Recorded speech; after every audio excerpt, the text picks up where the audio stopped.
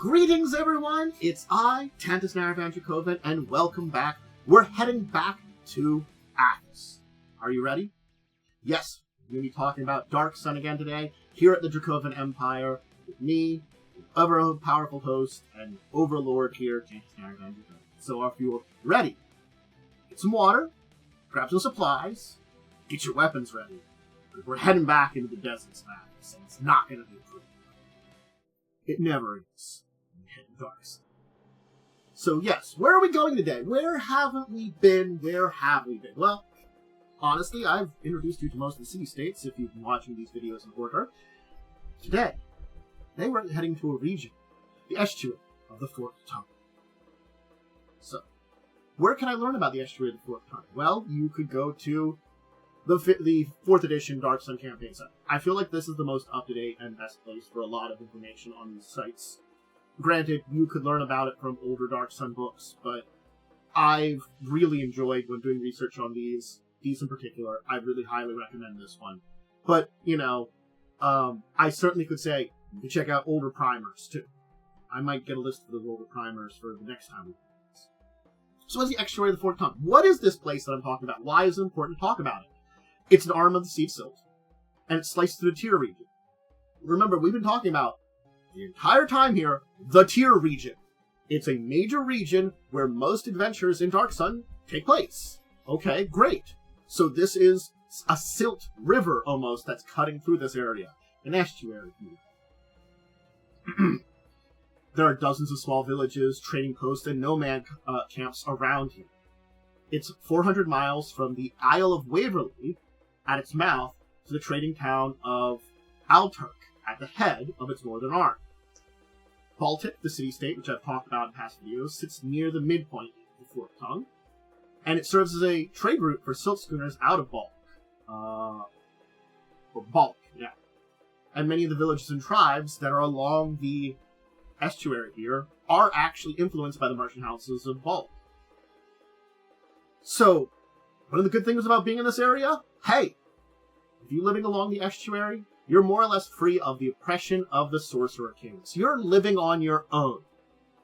Not necessarily easy, but you're on your own. You don't have overlords and dictators, oppressors over top of you. Instead, you have to deal with marauding giants, deadly predators, dust storms, bandits who are desperate for supplies. Granted, the estuary is dangerous as anywhere in Athas, if you're not in a giant walled city. Even then, it's a different kind of danger. Savage raiding tribes roam the outskirts of this area, and sometimes they will attack smaller villages, especially if they are not well defended, or outposts. So many settlements along here have strong walls and very determined warriors to help protect them. That's the estuary. That's the kind of place you might call it. That's a beast chunk. We'll talk about this, folks, in a second. But we do have to talk about the people that live in this region, because you can find any species common to Athas here. Human villages and merchants are fairly common. There will be dwarf miners and artisans, elf nomads, Goliath tribe folks all around the shore. Along the northern edge of the endless sand dunes roam the Tamwal, a fractious group of tribes of nomadic humans and Ganassi herders. And given the trade goes through this estuary, a lot of people that live in this region are probably going to be related to some trade house. Most likely from Balak, but it could be from somewhere else. This is a major trade hub.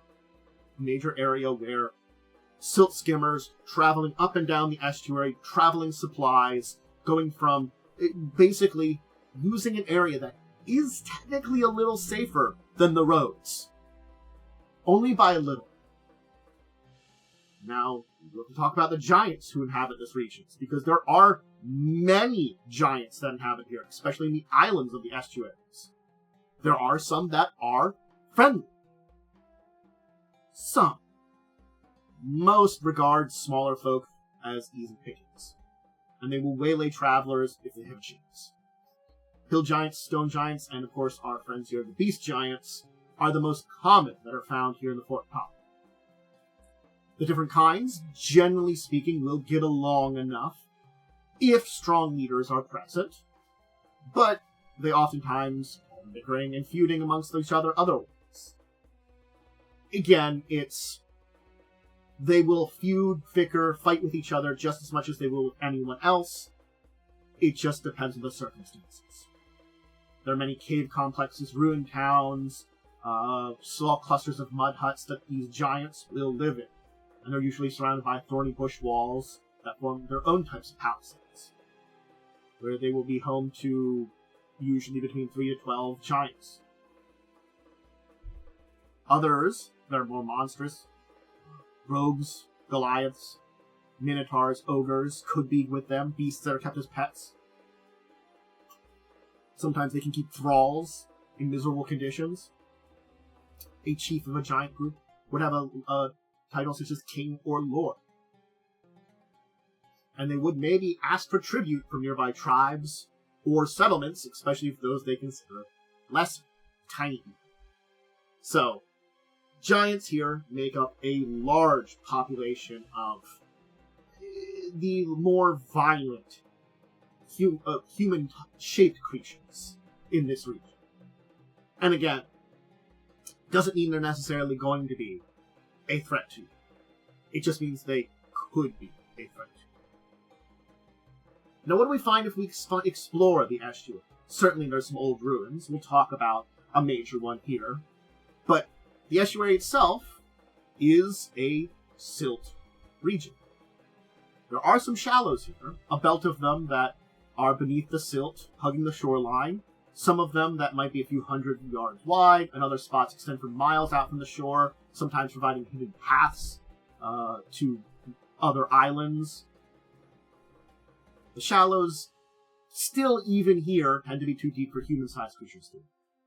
Skilled swimmers and giants can easily pass through them, and those skilled swimmers are probably doing it more for traveling between these shallows and the deep as they need to. Skimmer captains take on passengers, but you're probably not going to, without an incredible bribe, get them to stop anywhere but most known villages, or perhaps trading posts. A skimmer is a rich prize. And being on the move, and being in the deep silt is usually the easiest way to stay safe, because no one's really easily attacking you there. Let's mention a few places. The Dragon's Plate. This is a narrow island that has a high range of mountains on it. Its north face has rain. Probably about as much rain. Well, this would be considered a lot of rain by Athasian standards, but it has rain. And that stream cascades down into some mudflats. So there is some water here. Bollock has some fortresses on this area here. It's meant to help guard the western end of the isle against giants of the Dragon's Plate that live there. It works to some degree. They're often under attack. The beast giants that live there are known as the Skull Wearers, and they're led by their powerful chieftain. They use an ancient Minotaur stronghold known as Marrowgate as their home, and Skull Weaver, the leader of the Skull Weavers, is said to possess the ghosts of those skulls he has around them as some kind of powerful magic. So, he's fighting against the fortresses from Bollock, who are there just to keep the giants on the Dragon's Dragon's Pallet. I said plate, pallet. But, you know,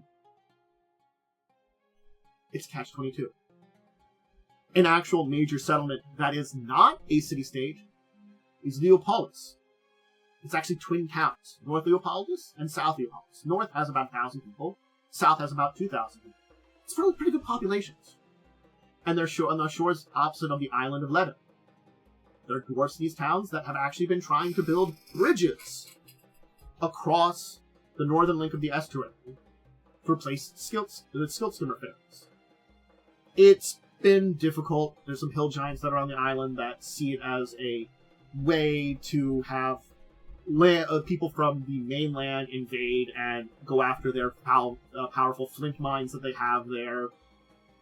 it's been a mess. They've been very unsuccessful at bribing them and convincing them not to smash their bridge and prevent them from working. And it's just been a mess. And unfortunately, merchant houses are bribing both sides. Some are supporting the dwarf and his kinsfolk's ambitions to build a bridge. Kind of connect a major settlement with the mainland. Activate some trades is a little easier than just some skimmers they're relying on now. The other group is like, we favor the skimmers. Hey, hill giants. Don't like that. They're going to steal your flint.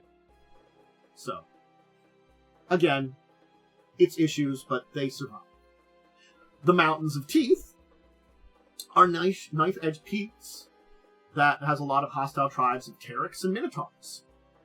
There's some ancient monasteries, which are actually the strongholds of Rakshasa princes, who go out from this area, from the Mountains of Teeth, send their spies out with the hopes of pitting sorcerer kings against each other and enslaving city-states. So yeah, we got another group that's not great, plotting to become overlords themselves and replace the current overlords from these mountains. Siren's Song is an island said to be haunted, and those that go near it fall under its spell, which leads them to their death, where it's not really a creature. The thing is, the silt sea around it is too difficult to raid, so people are lured to it. It's a magic near it that is made from Eladrin mages protecting it. Basically, the lands within the winds lie near to Athas here. So it's a hidden Fey echo that's there.